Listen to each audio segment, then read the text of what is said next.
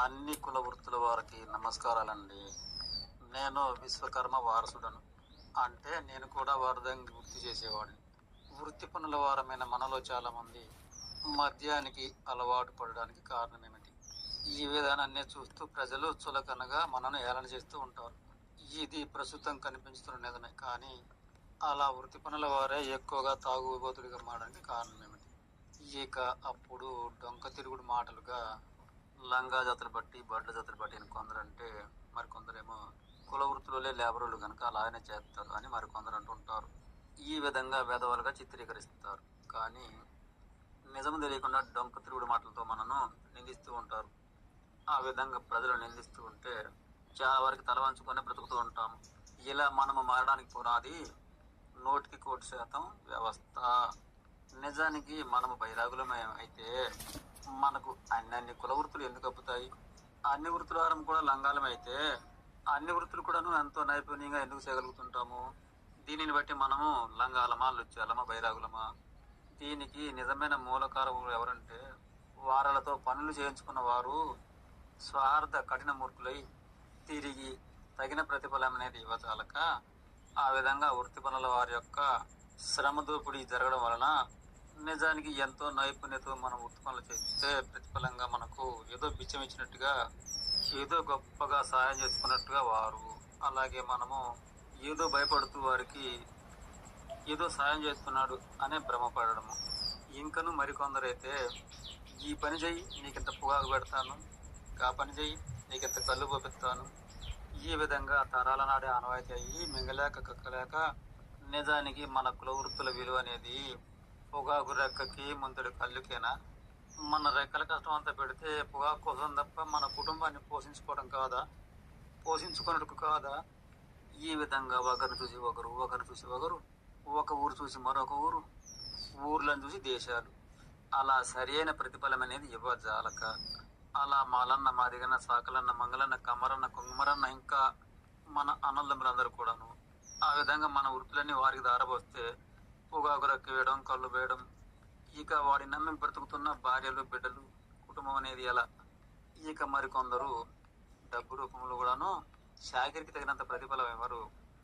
అందులో ఒక పావులంతు మాత్రమే. ఇక అలాగే ధాన్య రూపంలో కూడాను అంతే. శాఖరికి తగినంత ధాన్యం ఎవరు? తాలో తప్పుకో అందులో 10% మాత్రమే.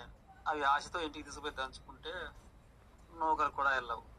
ఇలా వ్యవస్థలో ఏనాడో కుల వృత్తుల వారిని అనగదొక్కడం వలన ఇక మింగలేక కక్కలేక బ్రతకలేక సావలేక కుటుంబాలను ఎలా పోషించుకోవాలో తెలియక ఆ విధంగా బైరాగి వ్యవస్థ అనేది మనను అలా చేసింది కాక, ఇక మింగలేక కక్కలేక అర్థం కాక బ్రతుకుపై భారమై రెక్కలైతే ముక్కలుగా ఇరుచుకుంటూనే ఉన్నాము. కానీ బ్రతుకులు ఎలా అయిపోయినాయేంటి అనే భయంతో, బాధతో ఆ విధంగా మనము అలనాటి నుండే త్రాగుడికి అలవాటు పడ్డాము. నిజానికి వృత్తి పనులు చేయించుకునే ప్రతి ఒక్కరికి కూడాను వారికి కుటుంబం ఉంటుందని, ఆ కుటుంబాన్ని పోషించుకోవాలని వారికి కూడా తెలుసు. అయినా సరే వారు అలా శ్రమ దోపిడీ చేస్తూ కళ్ళులకి పొగలతో మాత్రమే వారి యొక్క పప్పాలు గడుపుకుంటూ రావడం వలన ఇలా ఇక పైగా వారే మనను నిందించుతూ వృత్తి పనుల వారు లంగాలు, ఎదవలు, బైరాగులు అంటూ డొంక తిరుగుడు మాటలు వినిపించటం. నిజానికి ఏమీ చేయలేక, పిల్లలను చదువుకోలేక, కుడితలు పడేలాగా ఏకంగా ఎక్కడ చూసిన వ్యవస్థ ఎలా ఉందని ఆ విధంగా మానసికంగా కృంగిపోయి వారికి తెలియకుండానే ఆ విధంగా త్రాగుడికి అలవాటు పడే సంగతి ఆ త్రాగే వారికే తెలియదు. నిజానికి మీరు కళ్ళుతోనే కదా మీ యొక్క పబ్బం గడుపుకున్నది. అందులో అది కూడా ఒక భాగమే కదా. వారే కాదు, వారి కుటుంబంతో కూడా సాలిసారి ఆకలితో అరకొరగా ఉంటారు కనుక వారు అనారోగ్యంతో కూడా కనపడతారు, బలహీనంగా పక్కకు కూడా ఉంటారు. అయినా సరే మీకు షాకిలు చేయాలి కనుక బలహీనంగా ఉన్నా సరే షాకిలు తప్పడం లేదు కనుక ఎలా చేయాలో తెలియక ఇక ఇంత మద్యాన్ని పుచ్చుకుంటూ దాని బలంతో మాత్రమే మీకు షాకిలు చేస్తూ ఉంటారు. ఆ విధంగా వారి యొక్క జీవితాలను మీకోసమే నాశనం చేసుకుంటూ ఉన్నారు.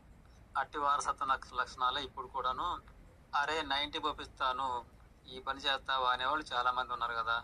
ప్రజలు మహాక్రూరత్వాన్ని మనపై ప్రదర్శించబట్టే మన బ్రతుకులు ఎలా అని వారు తెలిసి కూడాను పైగా వారు మనని వీరిపై శాపం మీద ఉంది, అందుకే వారి కుటుంబాలు దరిద్రాలతో ఆవరిస్తున్నాయి. ఈ విధంగా గొప్ప లౌకికాన్ని వృత్తి పనుల వారిపై విసిరారు. వృత్తి పనుల వారి యొక్క బ్రతుకులు అలా మారడానికి కారణం మీ యొక్క ఘనకార్యమేనని మీకు తెలుసు.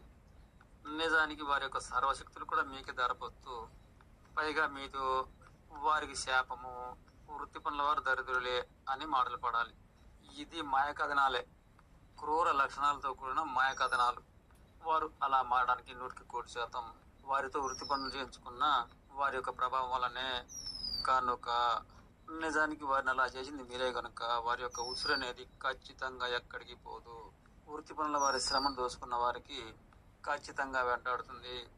ఎందుకు అంటే ఇదంతా కూడా ఆ విశ్వకర్మ భగవానుడు చూస్తున్నాడు కనుక. నిజానికి వృత్తి పనుల వారు రాత్రింబౌళ్ళు వారి వారి ప్రవృత్తులను కొన్ని తరాల నుండి మీకే దారపోసిన వృత్తి పనుల వారి నివాసానికి సరైన గుడిసెలు కూడా లేకుండా చేసింది ఈ వ్యవస్థయే.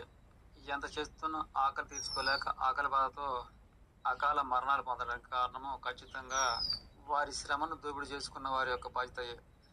ఇంత గాథ వారి వెనక ఉంటే ఇక డొంక తిరుగు మాటలుగా అయినా వారి యొక్క శ్రమ దోపిడీ చేసిన మీరందరూ కూడా ఏమీ పట్టకపోరు. ఇక అలాగే వారు కూడా ఇక్కడ ఏమీ వదిలిపెట్టిపోరు సుమా.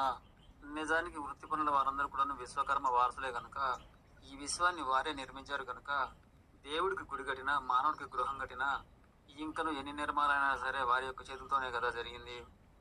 నిజానికి సృష్టి రాశి ధర్మంగా అవన్నీ కూడా వారియే కదా. నిజానికి ఈ విశ్వాన్నే సాక్ష్యంగా వాడినా సరే అది వాడిది కాదు అని చెప్పగలిగేవాడు ఎక్కడా లేడు. అయితే వారు ఉన్నా లేకపోయినా సరే సర్వ నిర్మాణాలు కూడా వారివి. నిజానికి ఈ నిర్మాణాలన్నీ కూడాను లేకపోలేదు కదా, ఉన్నాయి, అవి వారికే ఉంటాయి.